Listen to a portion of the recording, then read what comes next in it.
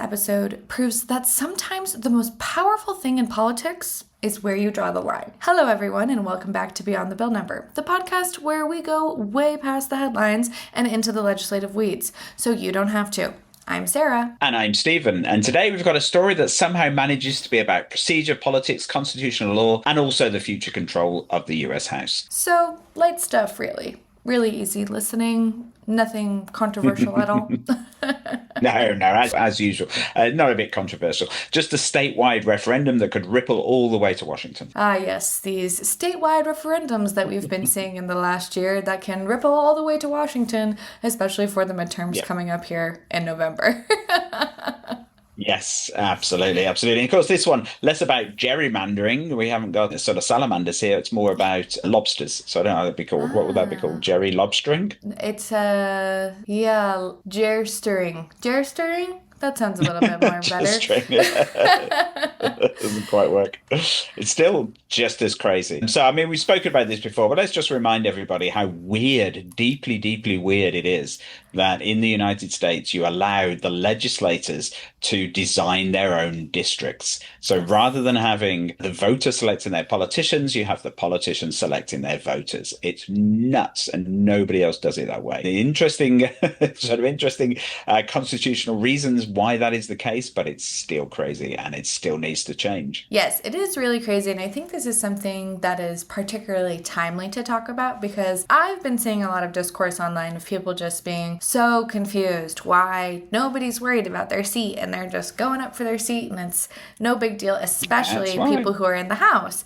And it's because these districts are so far leaning one direction or the other, and it does lean both directions. Gerrymandering happens on both sides, and there are people who are very secure in their seats on both sides. But it is really interesting because when you look at people who are maybe getting a little on the mature side, and you want to get some people who are maybe some young blood, and there's this huge contentious fight in these districts because there really isn't. Because it's gerrymandered so much to one area and people are really fighting for change. But because of the way the area is, the candidates, how people are aware of politicians, and that means not that much. Most of us are not incredibly super tuned in. So I mean, there's maybe a slightly more positive way to look at it if we can try and look at it from the other direction. So what you can say is, okay, this is a bit of a reach, but work with me. So campaign financing in the United States is so broken, so ridiculously broken, that basically politicians spend all of their time trying to raise money so that they can actually fight the next election rather than actually doing their jobs. And that then, of course, as we know, Lee, means you have all this dark money pouring in. You have politicians who are basically in the hock to big business and all that kind of stuff. So if you have a safe district, then clearly, you don't need to worry too much about that. So maybe the politicians can actually spend less time raising money and less time worrying about the next election and more time actually doing their jobs. The problem with that argument is that that's not the way it works, because then instead of having a competitive election, then what you end up having is competitive primaries instead. So instead of politicians putting all their time and effort into focusing on an election, which is actually fairly reasonable in a democracy, instead they spend all their time focusing on the primary and actually fighting against their own people. And the primary process itself tends to pull people to the extremes of the left and the right. If you're not careful, and if these primaries get really nasty, then you end up not selecting the best candidate to actually represent the interests of the people of that constituency, or in fact to beat your opponent in the final election. So you end up with this weird sort of twisted, distorted view of politics. I mean, what's really needed in America is joint reform. One, campaign financing reform, and secondly, getting rid of gerrymandering. If you could do those two things, it would transform the American political system. You would get that new blood in, and politicians wouldn't have to spend all their time raising money. Also, I feel like if we had some term limits in there, that might help some things. Term limits could work. I mean, there are pros and cons to term limits. One of the problems you have is this dead duck idea, like a president in their second term, certainly in the second half of the second term, they can't do anything. So you've got like effectively 25% of the time they're president when they're pretty ineffective. And so term limits can do that. But I think given how sort of geriatric the American political system has become, maybe that is needed. Maybe you do need to say an age limit of some kind. You're not allowed to be, a legislator if you're over 80. I don't know. maybe even I earlier think than there's that. some things that could be explored there, maybe some cognitive Yeah, tests. absolutely. You have to ace your tests. Yes, ace all those tests. I mean, I also think that it is a little different with like a lame duck representative versus a president because you're just an individual in a movement when you're a representative. You're not the head honcho kind of situation. And so I think that, Yeah, I would mean, be it less. doesn't matter because it doesn't exist. But I do think if we had term Yeah. limits, we would actually see the last 25% of people's time be when they're putting the most forward for their ideas and their work, which is hopefully what they were Legacy. elected for. So that's in my little dream world how I think that'll go. Yeah, that's true. It's It's true not because the world we you live do in. see that with presidents as well. Though they can be fairly unleashed in their second term, and particularly towards the end of the second term, because they know they don't have to win any more elections. So they say, right, well, I'm Right. just going to do what needs to be done without Right. worrying about whether it's popular or not. Right. Sometimes you can do But some quite staggering stuff. well, and the concerns there is we would definitely want to make sure those cognitive tests are intact if they were doing Yeah. that. Okay, so let's get into things. Today Yes. we're talking about Virginia's upcoming April 21st vote tied to HJR, House Joint Resolution 4, a measure that on paper sounds very procedural, but in reality could reshape congressional power. And a quick plug here before we dive in, if you want to follow legislation like this in real time across all 50 states and Congress, Bill Track 50 is your best friend here. You can find HJR 4, HB 29, which we'll talk about in a second, and every twist in this story without doing the battle on a state website. Yes, yes. And trust me, for something like this, you want the level of detail that Bill Track 50 provides. Absolutely. And those state websites get really overwhelming. So, anyways, Stephen, let's start simple. What exactly is happening in Virginia right now? So, Virginia is about to vote on whether to temporarily change its constitution to allow mid-decade redistricting of congressional maps. And that's really unusual. As we've spoken about before, normally congressional maps are drawn once every 10 years after the census. And Virginia actually reinforced that idea in 2020 when voters approved a constitutional amendment back then, handing redistricting to a bipartisan commission. Right. So voters said, hey, legislature, maybe you shouldn't be drawing your own districts. I know, what a wild idea. Maybe legislators shouldn't be drawing their own districts because it's a bit like a kid at school writing their own tests, isn't it? Let's say, what exactly do you want to be tested on? They're going to make it pretty easy, aren't they? And that's what the elections tend to be. So Virginia then, just a few years later, the legislature is coming back to the electorate and saying, okay, so we know just a few years ago you said, let's make it all, bipartisan and stuff. But what if we really need to, just this once, go back to gerrymandering? Okay, so let's get into the legislative core here. So I'm very interested to see their approach because HRJ4 is not the map itself, it's the mechanism. So walk us through what that looks like. Yes. So as always, we love a bit of legislative shenanigans. So the key point here, this joint resolution HGR4 is what's called a second reference constitutional amendment. In Virginia, that means it's the second amendment of two that need to pass in two different sessions and then go to voters for final approval. So this is a mechanism they have to say, okay, you basically have to do it twice to make absolutely certain that this is really what the legislature wants. So it's sort of adding these hurdles in to make constitutional amendments a little bit more tricky. So it was the second one, as I say, it was enacted last time as well. And this was finally sort of signed and enacted on March the 30th year. So it's full steam ahead for this vote. All right. And what HJR4 does is carve out a temporary exception to the current redistricting rules. Specifically, it allows the General Assembly to redraw congressional districts before 2031, but only under certain conditions. And these are absolutely crucial here. So the two conditions that must be met: another state must redraw its map outside the normal cycle, so tick, and that the redrawing isn't court ordered. So obviously that would be a very different thing. So also tick in this circumstances. So those two conditions have been met. And if they are met, Virginia can then respond by redrawing its own district through October the 31st, 2030. Okay, so this seems a little bit like a mutually assured destruction democracy, also break glass in case of partisan emergency clause.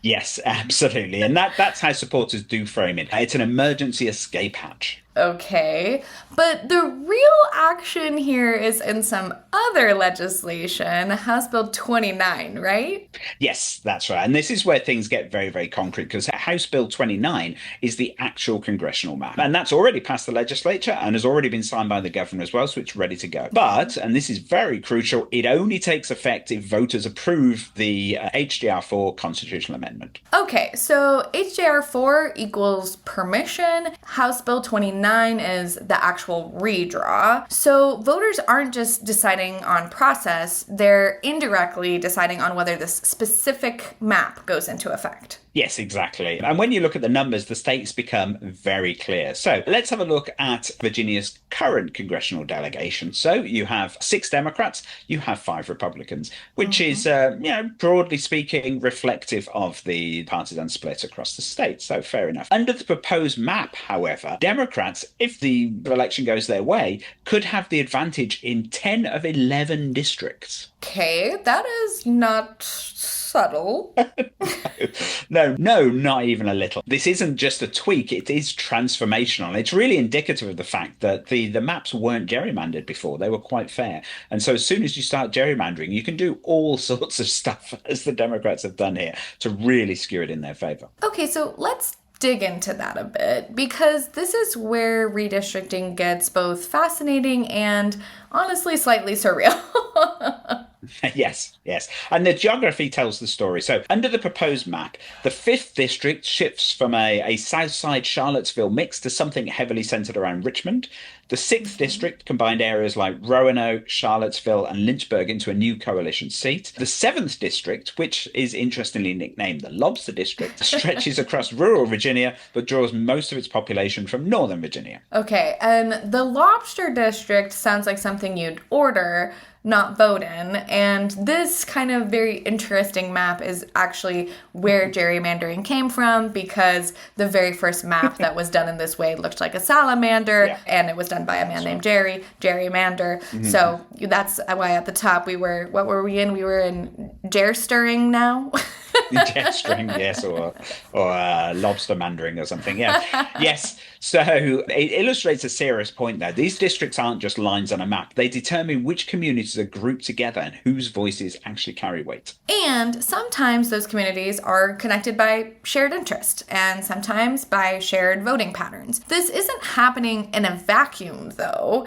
Why is Virginia even considering this now? Well, that's because of what's happening nationwide. So there is a growing mid-decade redistricting movement, really, which is sparked largely by Donald Trump telling states to do it. And obviously Texas took up that banner first, and they redrew their maps to give them a huge partisan advantage. And since then, like we mentioned at the top, multiple states have already redrawn their maps for 2026, with California as the big Democratic one, largely offsetting the Texas map. And there is a lot of other states that are actively considering it as well. So Virginia lawmakers are effectively saying, if everyone else is doing this, then we can't afford not to. It's this defensive argument again. Yeah, it's interesting because it seems like, Texas did it, then California's was in response, and what California did was only to very specifically offset Texas, and then we see the language here that's, if it's done somewhere else, then we can break glass, and it's like, okay, well, who is Virginia offsetting,